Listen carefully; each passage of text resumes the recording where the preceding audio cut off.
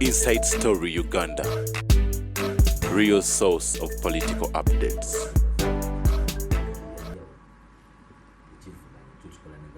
Waiswa botandikira awo kijja kuba Democratic Front is an opposition political party. Tomala bisana Waiswa tugende ku tomala bisera n'oyo tugende ku nsonga tomala bisera n'oyo omusajja wa Kaihura tugende ku nsonga nali simanyi nti nyinza olabako bamabika abagule wana kungu tugende ku nsonga ate tonetangana muntu afaana bw'ati tugende ku nsonga bagambye nti nzija nojja goba omujega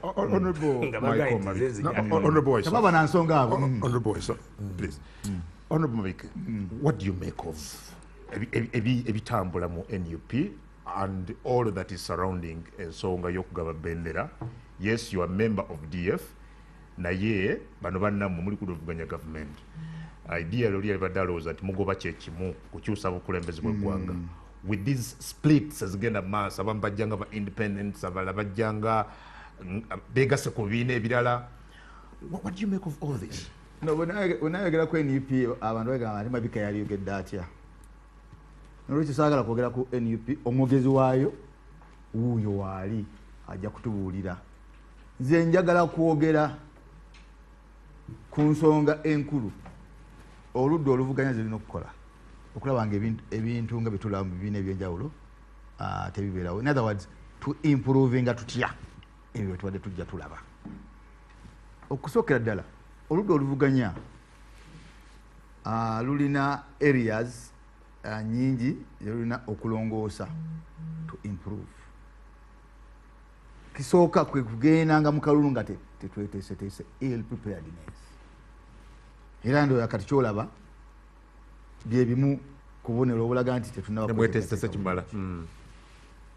Ekyokubiri kwe kukyamukirya ngo bukyamukirizi ne tuva ku nsonga enkulu ne tudda ku busongasonga obutalina makulu. Era nga ono wabadde atandise wano busongasonga obutalina makulu gwoliwekwelumaluma muliwe mti ne tulekerera ensonga enkulu eziriwo. Ensonga enkulu oludda oluvuganya ffenna itwalibadde tutuula ne tukkiriziganyako ennongoosereza ensonga z'okulonda.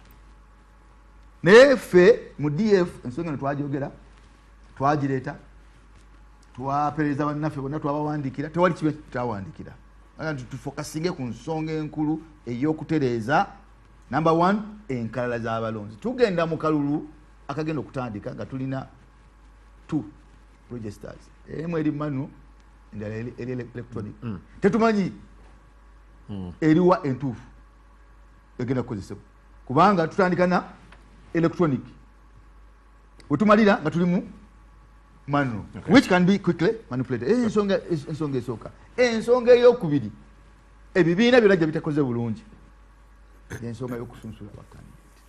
No, the local government and they're done with that. Ensonga y'okusunsula kyobola abantu mubaddemu emibyo mingi obuzibu bungi. Saala kwogera ku no particularly naye njala kwogera ku generally ku ludda oluvuganya obuvuyo bungi. Okusunsula kwabo abagenda okwesimbawo zemu ku nsonga enkulu ennyo nnyo ezimba ebyobufuzi by'eggwanga. Kati njala kubuuliryako lwaki obeera n'abakulembeze ab'ekiboggwe bava eno process faanana bweti y'okusunsula. Okusunsula kwe kuwa omukulembeze omutuufu oba kwe kuwa omukulembeze ow'ekiboggwe. Kakati lwaki ode ebizibu ne process eno njagala kuwa kyakulabirako. Buli bwobeeranga n'abantu 6 nga besimbe ku kifo kimu era bino ebibiina ebirala byonna biyigire ku kino. Buli bwobeeranga n'abantu 6 nga besimbe ku kifo kimu teekawo process abantu bennyini fena twalinga mu people power abantu bennyini webayinza okwesusulira abantu abo. Tosobola kuteekawo process nga gwe alonda mu abo abantu 6 kubikoza atafunye agera kubuuza mwayise mu nkola ki. Awo NRM we yateekerawo system bwetwali mu DP era yali system nti olukiiko olwa wansi Constitutional Committee for Research for a Member of Parliament lutuula ne lusunsula candidate ne lumuweereza waggulu. Wano yaffe mu DF isi eyaffe ekulema mwami Lubowa ejja n'ekusunsula n'ekusindika ku constituency yegamba nti osaanidde oba tosaanidde. Akati akabyo akaliwo mu bibiina ebimu nti bo babadde batuula eno waggulu ne bagamba nti gundi yayiseemu. Kati bano abantu abataano ate nga bali ku grassroots. Manye parish si kintu kitono, parish e grassroots. Kati bano abantu abataano abatafunye ne balyoka baleeta akati ekyokubiri kyetulina okutunula ennyo. Nja kudda ku kyokubiri. Well, mwami Alex Waiswa Mufumbiro, owulira kunnyonnyola and indeed ng'oggyeko ebiwulirwa oli ayinza okubuuza nti ekibiina kyammwe kiri mu katu. Okay, entebe mwotudde Sauda Madada abadde wano, one of the people ababadde ennyo. Sauda is my sister. Yes. She's my young sister. Yes. Walabye Paul Mugambe jjo yafumiza ekiwandiiko nga mukambwe seeri akakiiko k'ebyokulonda kokka naye naawe ng'omuntu you know oyina abantu abazze bakasolaani n'abalala. Really you see that there is a problem with this process. I don't know whether you see it. You are suffering from incumbency syndrome. Obulwadde mbumanyi kakati. But Sauda is not an incumbent. Angambye gwe because you are trying to bring on incumbents and then I told you Sauda is my sister. And I think she's doing wrong. Sajjali Abene is not an incumbent. Sajjali Abene was floored by the speaker of the district. Yes. Ekyo nakigambye. Oli yawummula ono yabadde current speaker of the district. So the incumbency syndrome doesn't apply here. Kyenkugamba. Kakati njagala kugamba ebigambo bimu. Abantu boogera nnyo ku opposition.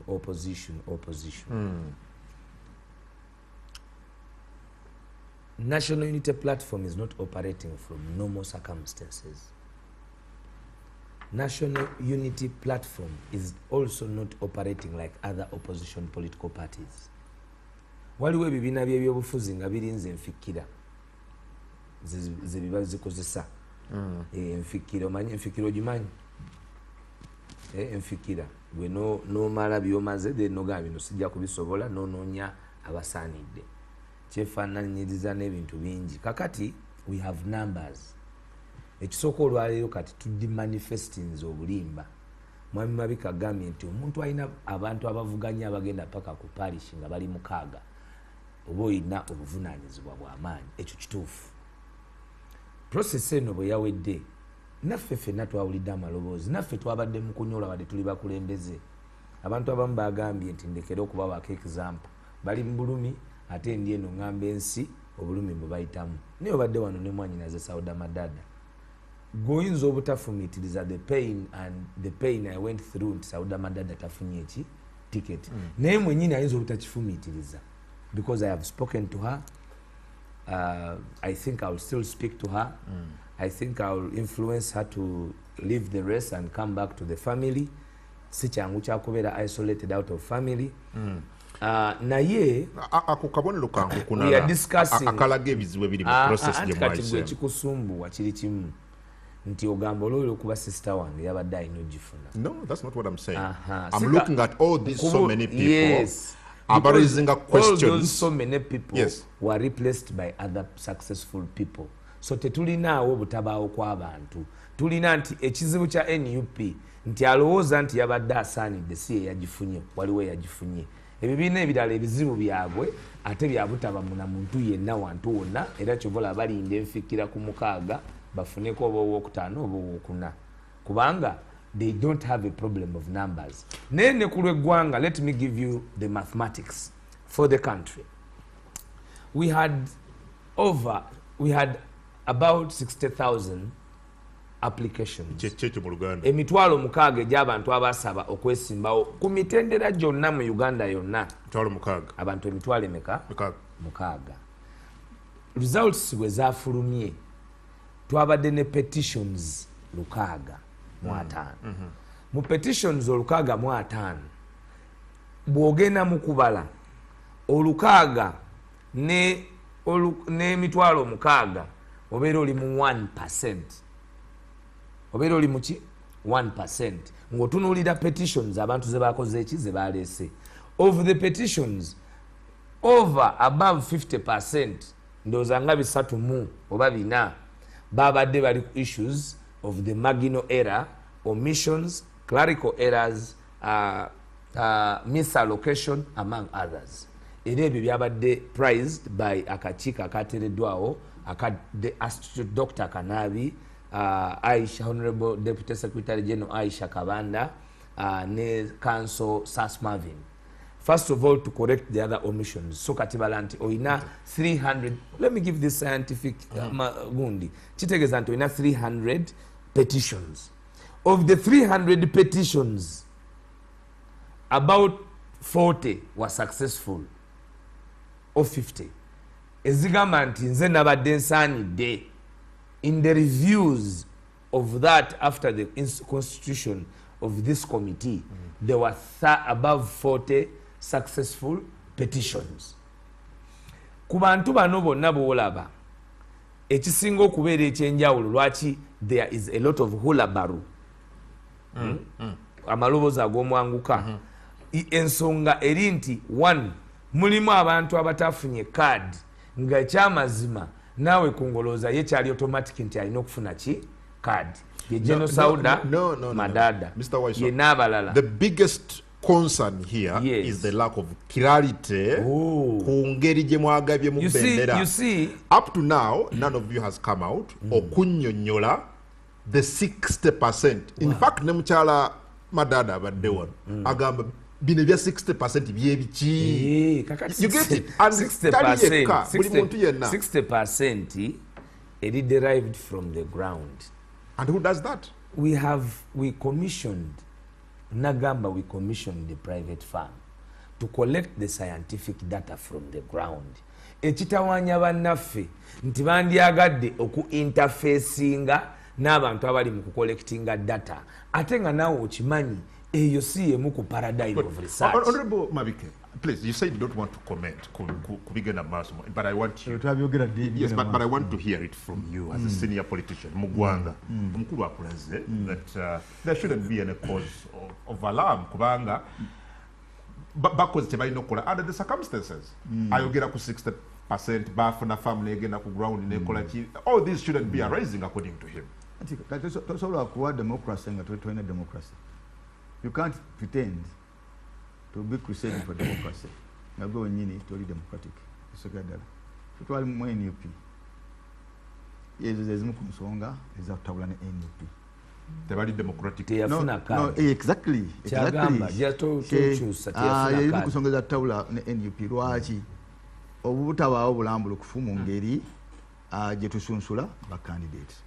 Kinakyandise nakyo nti ebibiina by'obufuzi ebyagala okukulembera Uganda after Museveni birina okulaga nti birina credentials ez'enjawulo ate nezisingako. Akati mu NRM wali ekigambo kyebata primaries nti mugenda ne musunsulwa abantu once ku ground. Omuntu agwa mu kamyufu ka NRM tagamba Museveni ankubye gundi ankubye Anita ankubye ani ankubye agamba Waiswa gwe nabadde mvuganya naye yanzibye olid naye kati kino ekiriwo right now nga wawudde Madada olukongola aluteeka kuba n'abakulu taluteeka ku system aluteeka kuba individual. In other words tuli mu individual merit ate nga NUP eri mu individual merit ate nga yalibadde ku institutional merit. So but there was the other 40% that you interface. You come mujja mwena, you interface with the vetting committee, then the private firm goes ku ground mu field neraba kanjogerufu kyobusinga hono era kanjogere generally sagala kugala omugezi wa NUP abada atuwulira. Number 1, buli bwokolanga system kitugana mu M7 bulijjo buli bwokolanga system obuulira abantu nti yali ekozeewa. Democracy concept eva Europe bazungu bagitubuulira wano bagituleeta wano. Democracy ensi ezina democracy oba bibiina ebyobufuzi ebyamaanyi ebiri kudda oluvuganya mu Africa bingi ze zino UDA Ghana waliyo Nigeria waliyo system ngeeyo eriwa kibiina kye kigikozesa ku lukalu Africa.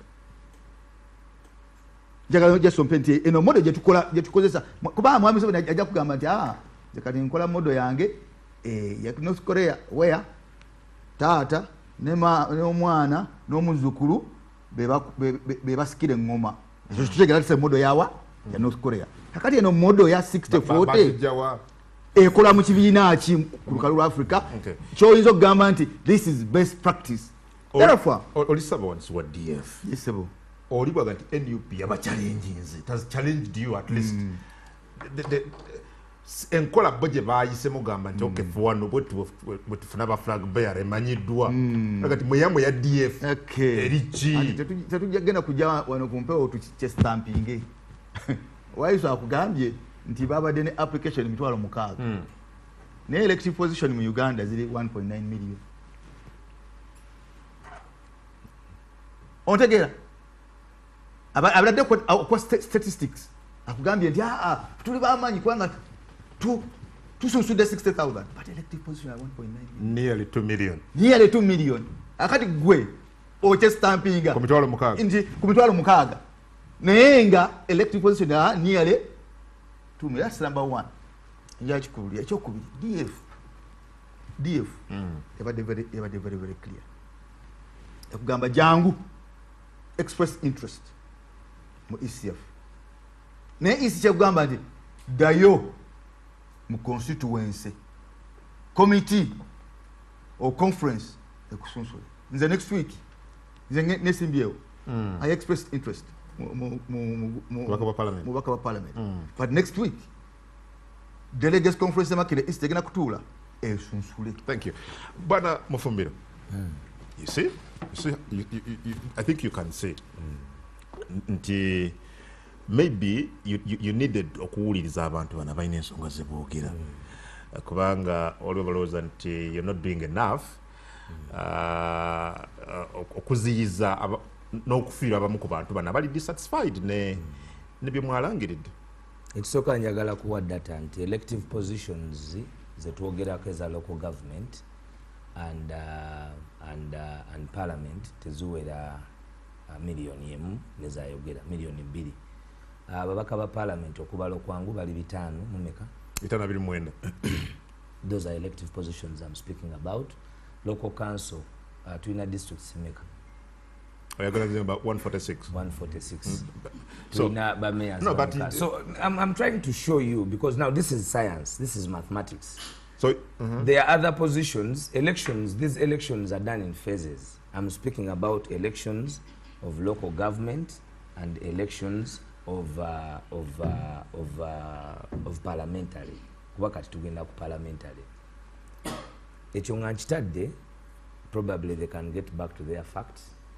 Ekyo nga nkitadde, njagala otunulire ekibiina kya National Unity Platform nga ekibiina ekita operating mu usual environment. Environment mumukolera DFC mwekolera? Simwekolera. What do you mean? Tebakulimba fe we are categorized as a militia. Jo walabye nga banominating Lord Mayor addako. Walabye ekyabaddewo batowakirabye. It was hounding batuse ne ku level gy'okutukuba amasasi mu kitebe nga batuganye byonna ne tugamba okay, let's go and hold a press conference. Ne tugenda okuholding a press conference ku kitebe kya National Unity Platform ne attackinga escorted by the military. Abaana abaffe bakubiddwa gwe byotamanyi. Abalala they move with latitude. Fete tu moving with latitude. We have a new amended constitution. That constitution yagenda answering all the questions in about democracy. Era nitukola structures paka wansi chovola olwaliro mu National Unity Platform ku level eya LC councillor osobola okufunako abantu abesimbawo nga tali omu nga bali mukaaga. Nekitaba obudde bumpe nekitaba Kampala nekibeera Mbale nekibeera Eruuka nekibeera Ebuyende we Wasemba nekibeera Bonda yawula ne Buvuma Busoga bw'ogyetoloola bw'oti erumayuge era abasoga bangi baali bava Buvuma naye olwa Mongota sleeping sickness ye yabatwalawa ye yabatwala ebusoga bonna batukira bwonda. Kakati bw'obanga olina ng'ekibiina widespread coverage en mass nti you are organizing not only in Kampala ng'abalala bwe baagala okusuubira, you are organizing for the whole country. You cannot create an isolated system. Okay. Kubanga your system eba erina okubeera nga yegenda okukola. The reason is simple. You're losing members. Yes. They are going to the opposition. Others are coming ngaba independents. DF emikono eteze erinzo okutwala. PFF yatutedda yatandise dda the other day twalabye Julius Mutebi meya wakira yagenze. Kati gwe yagala nkabira abasambi betusazeeko nga tebasobola kusa. Tiimu egenda osamba mu Champions League. Bwegenda mu katale okugula abasambi egula banasamba mu Champions League. Kakati ate wabayo ez'omu conference zo zirinda ki? Zo zirinda bana abasaziddwako. Kati nze siyinza kaabira Cristiano Ronaldo ng'omuwagizi wa Real Madrid nti yagenda mu Al Nassr e Saudi Arabia. Yali akuba mungi naye ekiseera kyatuuka ng'omupiira gw'omungi mu Madrid tegukyasobola muwa namba. Bali temubeetaaga. Mutontegedde. No, what I'm saying, you see, kyekugamba kikino because I've also had abantu bonna tubeetaaga naye bwe tuba tubadde tukwetaaga nga tutambudde ffenna n'otuuka ne bagamba gwe tebakulonze mu lunaku lumu notaweza na lunaku mu ddakiika 3 kyefaananiriza omukazi abadde abeera n'omwami ne bafuna obutakkaanya n'abisiba n'ayingira ku mulirwano. Kitegeeza babaddewo enkolagana ku mulirwano ogwo. Ffe kye tukugamba kiri simple era tubaagaliza birungi gye bakola ki gye bali abasazeewo okugenda naye tusaba bannaffe bano abalala bonna abalowooza nti twetaaga okwogeraganya okubeera wamu nga famire tewabaddewo ngeri yonna kungu gye tusobola tukungu eno entebe erimu omuntu atya gy'otuddemu eno puroguramu ekubirizibwa omuntu atya newe mubeera abalungi babiri temusobola kujja ku olwo nti mwenna mutuule wano mutubuze biki ebibuuzo era bagidesigninga programu nga gwe olina okuinterfacing oba omulala nga tokola ki nga toliiwo kaadi egabibwa omuntu omu. Wano mu kibuga Kampala njagala kuwa example y'ekibuga Kampala. Wano mu kibuga Kampala I want to give you these examples for the people to understand. Twalina bakansalazi 99 n'okusoba abajja ku city authority olwaleero constituencies ezo bazisazeemu awali bakansala abasatu kati waliwo kansala atya omu. Kitegeeza butegeeza definitely nti bakansalazi bano abasatu boyina bakansalazi bano abasatu omu ku bo yagenda okufuna kaadi webanga ba incumbent be bamaanyi. Kitegeeza already ba incumbent babiri oyagala toyagala obafiiriddwa. Government yakikola ekigenderedde negyesalasala nejja of course we want a lean government. We want a lean government. I know, but Mr. Waiswa, I think you're not addressing the issue. What is the that issue is being fronted here? Which one? The origin, the cause of all the problems you have. We don't have any problem. To come we don't have any problem from because there are those who accept the process. Yeah. Seem to come from that lack of clarity. Kubanga sisuubira nti bano abatafunye card beemulugunya kubanga tebagifunye. Beemulugunya kubanga waliwo ekitategeerekeka bulungi. So why can't you address ekyo kitategeerekeka? Kati kankubulireyo kimu. Enkaaga eno. Kati Waiswa nkuwadde kungu sikuwadde. Ate eno process eri tested. Ya testingibwa mu kalulu akaggwa neekola. Mwami Mabike with due respect agambye nti twayawukana naye lwakutafuna kaadi. N'ensonga endala nnyingi sireka. N'ensonga endala nnyingi naye at least ekyo kitadde ku likodi. Kino kitadde ku likodi. Ekyo kitadde nze mbadde simanyi naye kamaleyo mbadde nsaba maleyo. Kubanga onjogeddeko. Ate nkyamalayo maleyo ojje lumu. Kati mwogeddeko ki?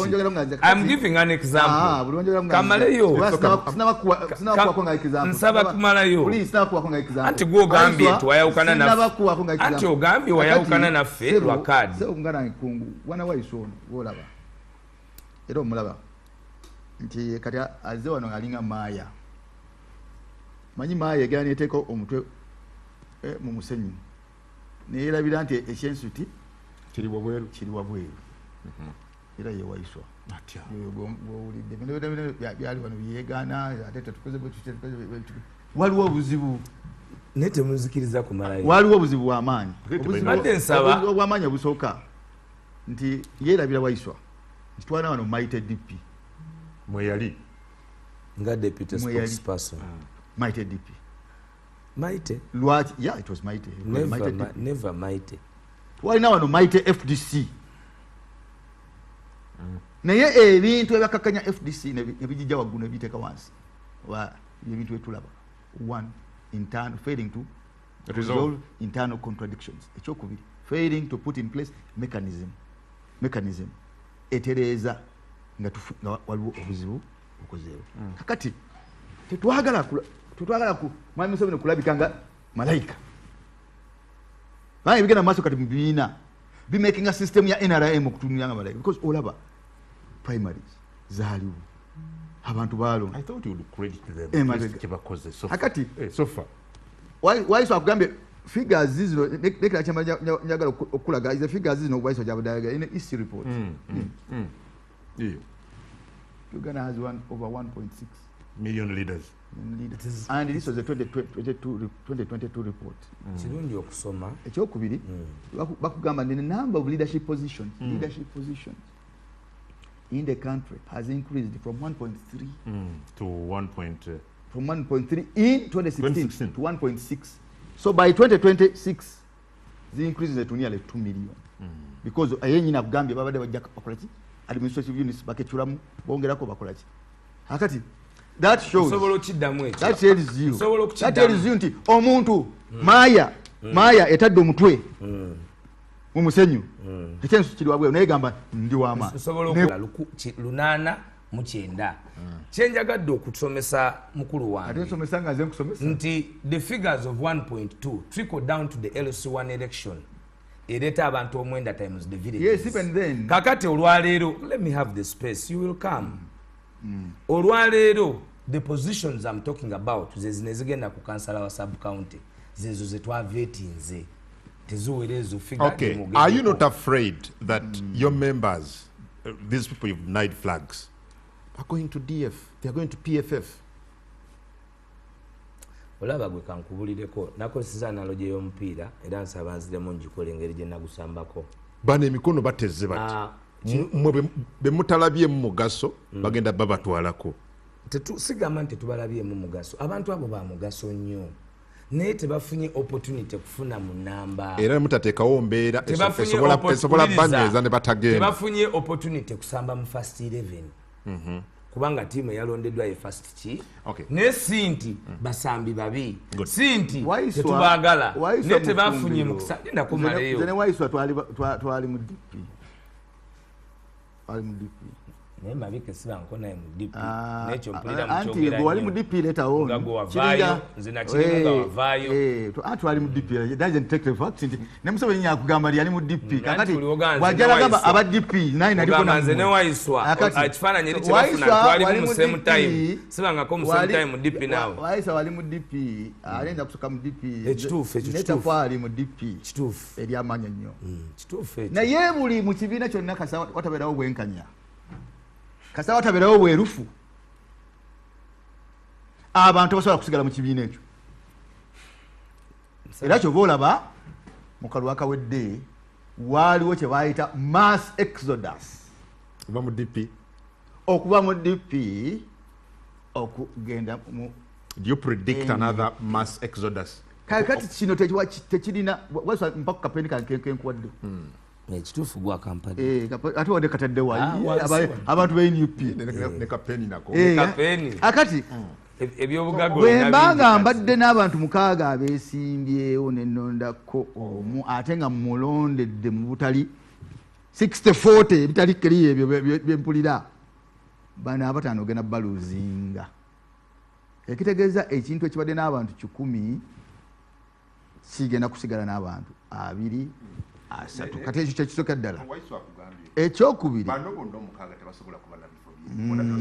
naye anti kituufu Waiswa kyagambye nti abantu bano 6 bonna tebasobola kufuuka ekyo ekimu era tulina okulondako omu naye system kimu obalondera yensonga akati nze natandise nga ŋŋamba nti tetuna kujja wano ne tuteeka mutwe gwaffe muki musenyu tujja wano tugambe nti kino kirumidde naye omulundi omulala tugenda ye kyekikulu era ye problem gyenina ne Waiswa problem gyenina ne Waiswa nti ali wano arrogant kakati no DP bwetu bwe yali FDC bwetu bwe yali akati buli watabeerawo bwerufu kyoba olaba ne allegations zijja bansabye sente milioni 2 bansabye milioni bwe saaba wadde milioni 10 ne batampa allegations zijja ate anti ngambi allegations zijja ate nze sibadde mu process naye abagibaddemu bino byeboogera bino nyeko nze mbadde mvuganya ne Nyeko Makinde East Constituency yekoze post nagamba nti nali simanyi nti ndiba mu system erimu corruption olimba soma post ya Nyeko tugendeyo soma gendayo kungu yambe nsogo ndeyo labo bulimba there are two posts mabika you a liar and a pathological one. Before we go to any factor bikula wano post I will not accept tolimba olaba mwe muli ba pathological liar jayesimuyo genda ku akati buli wabeerawo njagala otuyambe watabeerawo bwerufu my friend let us head to the country omanyi mwe muli ba propaganda no watabeerawo bwerufu allegations zino zazikola ki no zijja basabe milioni 2 my point naye ate bwana jukira I will put this to rest ne bwana Mukasa ne bwana Mukasa put this to rest honorable Mukasa Mulamba I am going to put this to rest no ne bwana akola atya let us first show you how pathological a liar is no that's not right genda it is okay yakola post bibiri Nyeko yakola post zonna katuzifune yakola post anti zonna tuzifune he did two yagala osome post za Nyeko post resigninga egamba nti sigala kwesimba temwali mu kintu ekyo post eyokubiri yagala kwata mufere lwaki ngamba ntangaze nga nino mufere kukumeza yagala dduke nga tayogedde omuferenga nze nsinga naye kati nkukutte kubanga nkubuuza girete tweet Bela order. I don't want to know Waiswa Mufumbiro because Waiswa belongs to a different section. By the Waiswa. My point is, by the Waiswa. Show the country the tweets of Nyeko saying that we were corrupt. No. You are lying. You are a pathological liar. Show us the tweets. Let's know. Tweets. Ebibina by'obufuzi bitandika okukola enkola ng'abantu beesimba mu bifo gye bava kituufu gye basibuka abantu balina okwesimba mu bifo gye basibuka abantu okujjanga mu bitundu ebirala batamanyi na buwangwa bwayo waliwo ne candidate wano agenda okwesimba mu Buganda naye yagamba nti bo nga bakwata ekirwadde kyabwe kikwata obuyinza kabaka bagenda mujjawo bakabaka bagenda mujjawo waliwo candidate abantu batandika okwesimba abantu batandika okwesimba mu bifo gye bava gye bategeera obuwangwa bwayo n'empisa z'abantu baayo emikono gyammwe nsobola okwogerako mu pulogulaamu eno okwaniriza abatagenda kuba bendera at least you are the SG of that. Ensonga esooka mu DF kinyagala are you waiting to receive eggwanga litegeere those that are dissatisfied mu NUP? We have built a platform tuzimbye ekibiina ekina traction eri abantu abalina obuzibu twalise ba IDPs enaku waliwo ekigambo IDP internally displaced politicians tulina capacity okufuna abantu abafana bwebito naye ate tubadde tuzimba abantu ab'omulamwa waliwo bannayuganda bangi abatayagala politics ono gwowulya wano kati nga bwe tuli wano bino bitulimu ne Waiswa okayana okukola ki nga tebaagala kweyuliza mu public abo ebyobufuzi babadde babikoze ki babitadde naye DF kituyambe ku DF ndi akatutandise okusika bannabyabufuzi ababadde bakowa embeera eno is DF the best option eri abo abatali bamativu mu NUP? It is of course, because number one, okay, I'm coming, sir. Number one, president. Just a minute, then is number one, president wa DF. You had vice president wa fena twali munu Thank you. Naturally, the closest party to NUP members is DF. Thank you. Thank you. Mr. West, you have the floor. You have the platform. Kakati kantandikire kunyeko. You know me, I don't want these petty usual people abajja ne bagala oku chest thumpinga ku bulimba. Nyeko ya kola posts zezili clear. Chovola bankugambye nti gwe kungu gwobo proving to this country nti oyalimba. Kubanga nze bwe nabisoma wano mujja lowooza nimba. I wanted you to use your gadget. Gyoganye ne bwe nasaba basanyuka nsaba nze mba njogera. Don't get tofuka problem kuba kati nze njogera. Omuntu bw'akwama nti Nyeko ya tweetinze nga teri tweet ye. Oyo muntu abatasaanidde ku platform eno ku makya tuba twakedde nnyo. Ate kirungi ekibibo tebeetonda kikungu tompapi oli omuwadde obudde. Let me now submit also. Because no, ensonga. You are with the liar and you don't want the lies to be put there that is lying. Because you don't want him to apologize to the country watching this morning that is lying about Nyeko. Kakati olokubanga read the two posts. Olokubanga because you can't avail them to the country. No, keep quiet. Read the two posts. Nyeko did not post anything about the National Unity Platform on corruption. Yagambye nti ye ng'omuntu ebyo saawa zino tajja ku contestinga mu kibiina kyalimu era naawumula ng'omuntu. So saagala ate mbeera omu ku abo ababeera ku platform emukonjera nemuwayiriza. Njagala okuddayo ng'omuntu abadde mu byobukulembeze wano kubanga bagamba maite DP maite FDC tewali agamba nti NUP nti yakatonda nti era yo tesobola kufuna challenges. Ne mweno processing kugambye tetuli ku 100% era it is work in progress. Ne kugambye ekizibu kye tuyina ssemateeka waffe alina okubeera gazetted ezimu ku nkwezenge zagenda mu kooti nga zekobanye n'abantu abamu ne bagiremesa okubeera gazetted. Kakati njagadde nkugambe ekya Democratic Party era nga nziryawo obulimba bw'omwami oyo nze akugambye nali kudeha nzoyo nali risk ekyaliwo bwe twalaba exodus eya DP. There was no exodus from DP to there was NUP. no DP block there was no exodus. There was no exodus from DP. I am the former deputy spokesperson of the Democratic Party. Atenzo mpanga ekitiibwa kuba resigninga nga tetukanyiza in broad daylight. Nembagamba banange ekifo kyamwe nkibaddiza kuba ndaba tetukanya. Nze it is on public record. DP yalina enkola bweti because I'm a member of the Democratic Party. I was a member of the Democratic Party. I wish to extend my deepest gratitude. Teri yakubiri. There is a second one. Direte ku simu yo. No, producer baba Okay. Please give us other following posts that talk about corruption. Naye tusome nukati. Yetemuli anti. Akanjisome. Yeteyali tetona.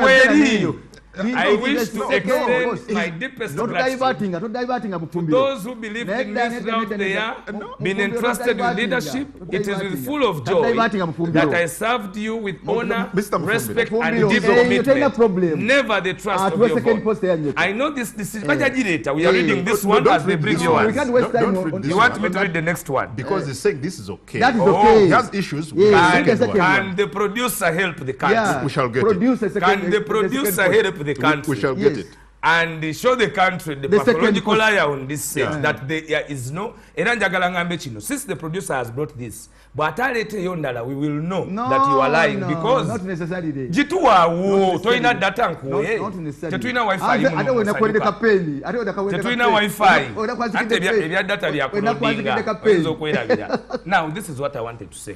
All right. In the Democratic Party this was the process. Bogera ku ebyo byonna constituency biki mu Democratic Party ekisooka meeting eya NEC bwetuula kyesooka okukola nga mugenda mu kalulu kwe kugamba nti buli incumbent togenda kuvuganya kuba twabanga batono. Nze nali mu kibiina nga kiba n'ababaka ba parliament 7 naye bano bajja wano ne basiiga ensi nti kyali kinene nnyo kino kirina ababaka 57. Okay. Kakati DP lwaki yakolanga bwe tukankulage mukama woyo Mpuga kubanga mbide ya mumpa and I've said this very many times mwami Sego naye yamuleeta nga mbidde ya musindise nga tugenda mu neck meeting. Honorable Mpuga nga abadde independent ne kanjogere toyogera kuba tewaliyo. I'm speaking about neck of DP, you are not there. Mwami Mpuga bwe bamuleeta nga abadde independent because luli yali yavuganya John Kawanga yali MP w'ekitundu ekyo ng'era ye vice president wa Democratic Party. So luli ticket yagenda wa Kawanga netagenda wa Mpuga kuba Mpuga n'okusaba teyakola ki teyakisaba. Bw'akomawo ekisanja ekyokubiri mbidde Mukasa Deputy Secretary General Siranda Gerard basindika Mpuga. Ebimu ku Mpuga bye yali ayagala era bye twayisa mu DP kwe kuba nti tebavuganyizibwa tetubateekako ba candidate. Njagala ompeeyo mu history ya demokrasi oyo gwe bakunyumiza owa DP buli kiseera w'ekimmemmette we basuulira incumbent mu myaka gyaffe gino ayinza okuleeta giri gye saaliwo ngamba gino ejaffe we basuulira incumbent ne baleeta ani kati oyinza geraageranya na NUP ng'esobola okukeera ku makya ne gamba ono incumbent tajja kuyitawo ono yagenda okuyitawo olw'amaanyi g'abantu ate ne bayitawo. Nabadde nkugamba nti mukulu wange nga muwako example kuba yagambye ekimu ku kyamujja mu NUP butafuna kadi butali bwerufu butafuna kadi obutali bwerufu nakyo kangende nakyo obutali buki bwerufu. I will use all the vocabulary you want to bring the point home. Wendi bulungi obutabeera buki bwerufu ne bagenda ne tugenda mu kalulu ka 2021 mu kalulu ka 2021 mwami Mabike n'agamba nti NUP bajega nnyo tusibeerufu. Twalinamu Nyeko Deriki kati gwayagala okwogerako nga yali mu kalulu era n'ayogera ebigambo ebyo by'obusosoze mu mawanga bye boogera abo bamabiki paka leero nga basosola mu mabanga naye okusosola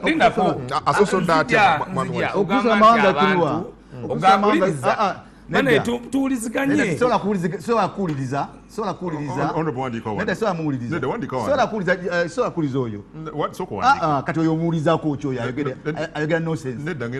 Kungu tondetanga na muntu ng'ono omuntu atasobola nakwesimba waabwe nga newaabwe bamuwa tiketi ono akalwa kawedde bamuwa tiketi yawangula nupi ya mwatiki yawangula tomala gogera ku bantu casually uliriza sawangula bana enkyamalayo lwakyo kumalayo najja neyesimbawo abantu kamaleyo omanyira nnyo abantu obayita mukama omanyira wanoyeka baka wamumanyira neka baka wafu wamumanyira kamaleyo bwesebo bwana Mufumbiro neka baka wafu wamumanyira ate sabanzikirize maleyo njagala maleyo tojja kutivira omanyira maleyo Mareo sebo Mareo kale waliwo omuntu emakindi waliwo omuntu emakindi akati problem je tulina n'ono omwana atafuna kadi omwana nti buli omu amuyisa neyesimbawo ye problem tulina n'ono omwana banange genda mas nampo obudde non protecting anja neda sebo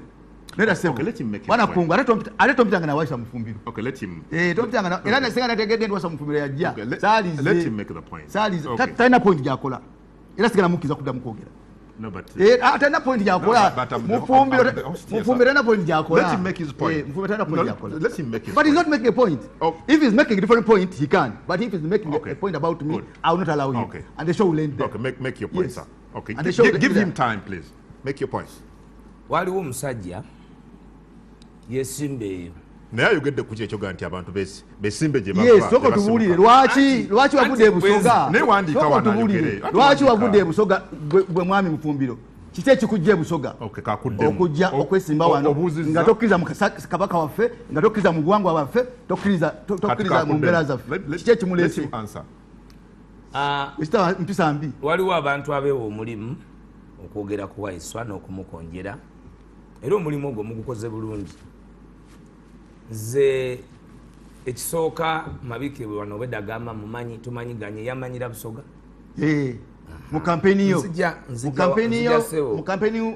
omusajja oyo alimu kwogera lwaki oba kati tumuwayogere nze kubanga ze nina ensonga nze mbanjogera talina nsonga oyo alina ensonga oyo yali abadeko n'ensonga okujja kuvuma abantu kati muvumye eki okujjako kuvuma abantu muvumye eki n'okuzaamu abantu amaaso oyo abeera tewesimbawo ngambye wesimbawo nze ngambye yesimbawo ekiganye okwogera nti wesimbawo kungu kati munziriza omuzindalo gwange mwana kungu talina nsonga nze nina ensonga kati mpe ensonga njogere please nina ensonga Waiswa atawanya abantu abakulu baddala let him answer please just not here let him answer what you've asked you were responding kakati munange nze manyi lwaki obusungu buzze kubanga mbadde ngenda kuwa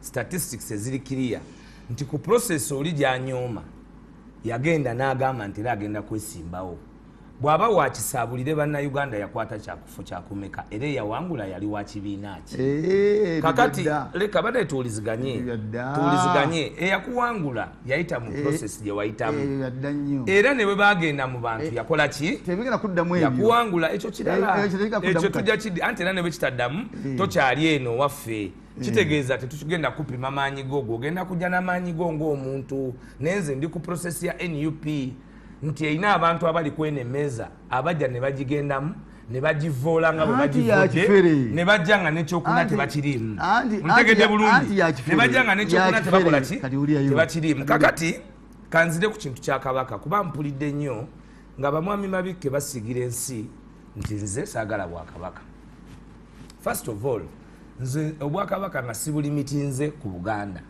obwakabaka buli mu Uganda yonna era buli mu constitution newaffe Busoga Ssebo waliyo kyabazinga ate ng'obwo bwakyabazinga nali fundamento mu kumakinga sure nti aliko kwali kubanga I was the first personal assistant to the Katikkiro of Busoga. I was the first of the enclave eya Busoga okujja okukyalira Buganda Kingdom nze omutegera bulungi kakati ekyo nekijjawo byawayogera ku makya okuwuliriza kikulu my friend I want people to know your emptiness nedda you are more empty mpuliriza akugamba abantu mu mawanga DF ayogera ngende Busoga and I want now to show you who he is